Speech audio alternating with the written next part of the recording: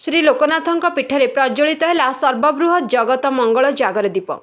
महाशिवरात्रि अव्यवहित पूर्व पवित्र पंकोधार एकादशी तिथि श्री लोकनाथଙ୍କ पीठରେ प्रज्वलित होइछि द्वादश वार्षिक सर्वबृहत जगत मंगल जागर दीप। संध्यारे आरक्षी अधीक्षक पिनाक मिश्र, विधायक जयंत कुमार षडंगी, वरिष्ठ दैतापति सेवायत रामचंद्र दास महापात्र प्रमुख सम्मानित अतिथि भाव जोगदे श्री लोकनाथଙ୍କ दीपरे एही जगत मंगल जागर दीप को प्रज्वलन करथिले।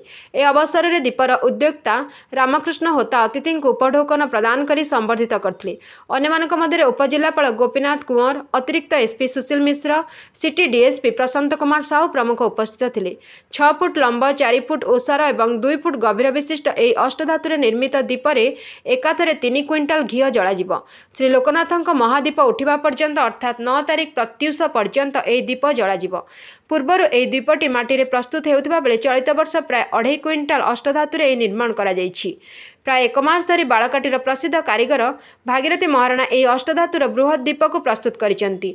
विश्व कल्याण निमंते एही महार्घ दीप प्रज्वलन करा जाउथिबा दीपर उद्योक्ता रामकृष्ण होता कहिसेंती। ओम नमः शिवाय। बाबा लोकनाथ मोबाइल जगत मंगल जागर दीप दीर्घ 12 वर्ष धरी चली प्रभु इच्छा माटी तैयारी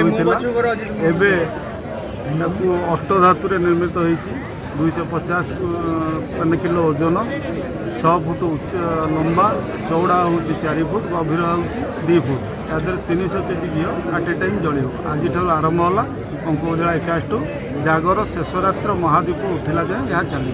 भगवान को शिव बाबा लोकनाथ की इच्छा ये आज जाए चली। संसार मंगल कर दीपर ना भी जा कम भी से जगत मंगल जागर दीप। जय Baba Loknath. Bureau report Ekamra news.